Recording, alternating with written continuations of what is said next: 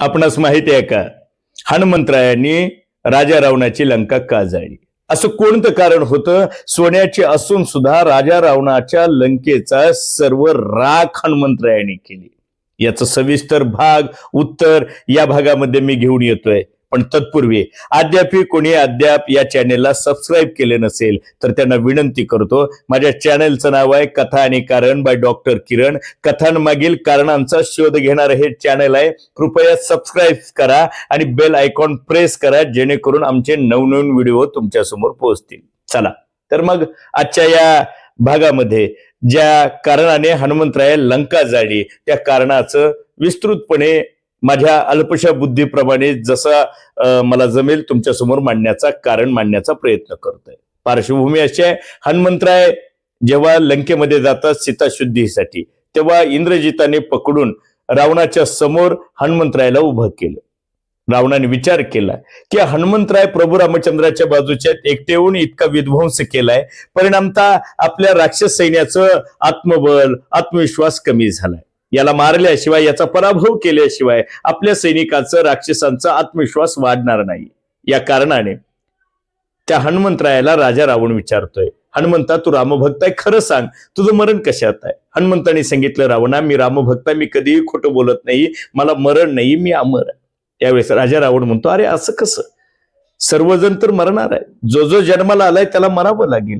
14 कल्प आयुष्य गरिमा, मार्कंडेयाचा मुख्य महिमा, तो जव जाय मरण ग्रामा, जव रोमहर्षणा रोम झडे. युगानुयुगी रोम धडे ज्यासी, रोमहर्षण ऋषी नाव त्यासी, त्याचे मरण बकदलब्याचे श्वासी, बकदलब्याचे मरण हंस पक्षी. राजा रावण म्हणतोय हनुमंताला, अरे असं कसं काय?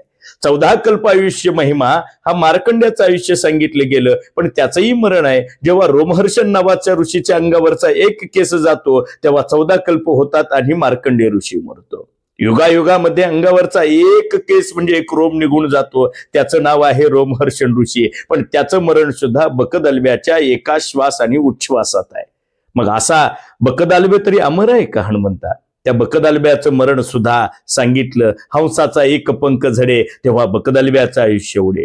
हंसाचा एक पंख जातो तेव्हा बकदालब्य, त्या बकदालब्याच्या एका श्वासामध्ये रोमहर्षण ऋषी, त्या रोमहर्षण ऋषीच्या अंगावरचा एक केस जायला 14 कल्प आणि मग मार्कंडेय मरतो. मग त्या हंसाचं आयुष्य केवढं असेल? राजा रावण म्हणतो तो सुद्धा अमर नाही आहे, कारण हंसाचे मरण रोकडे जवका नखखंडी भृषंडी नावाच्या ऋषीच्या पायाचा एक नख जातो तेव्हा हे सगळं घडतं, पण तरी सुद्धा भृषंडीला सुद्धा मरावं लागतं. मग हनुमंता तू कुठून आलास अमर म्हणणारा? या प्रश्नाने हनुमंतराय हसले आणि स्मितहास्य करत सांगितलं, राजा रावणा एवढं कळतं, जन्माला आलेला प्रत्येक जण मरणार आहे, तर मग तू देवाला शरण जाना, तो अविनाशी परमात्मा आहे, जा शरण त्याला. राजा रावणानं सांगितलं, काहीही करेल पण मी रामाला शरण जाणार नाही. या उत्तराने हनुमंतरायांना राग आला, डोळे लालबुंद झाले आणि रावणाची फजिती करण्यासाठी हनुमंतरायांनी सांगितलं, काय करू, मी तुझा विध्वंस करेल. तेव्हा राजा रावणालाही राग आला आणि राजा रावणाने सांगितलं, वानराची सगळ्यात मोठी जर काही गोष्ट असेल महत्वाची म्हणजे त्याची शेपटी आहे. त्याच्या शेपटीला चिंध्या, सगळ्या लंकेतलं कापड गुंडाळलं, त्याच्यावर तेल टाकलं, आग लावली, पेटवली आणि हनुमंतरायांनी तिथून उड्डाण केलं आणि सगळ्या लंकेला पेटवलं. पण प्रश्न राहतो, काय कारण की हनुमंतांनी कोणत्या कारणाने संपूर्ण लंका पेटवली? त्याचं कारण आहे, हनुमंतराय म्हणतात की ज्याच्यामध्ये राम नाही ती वस्तू ठेवायची नसते, ती वस्तू जाळायची असते. सोपं उदाहरण देऊन जातो, एखादा जर मयत झाला किंवा मरणाच्या वाटेवर असेल, कधीही मयत होण्याची शक्यता असेल, तर कोमामध्ये असेल, मूर्छित असेल, तर लोक म्हणतात की अहो तो दवाखान्यात आहे, अंतिम टप्प्यावर आहे, त्याच्यात आता राम राहिला नाही.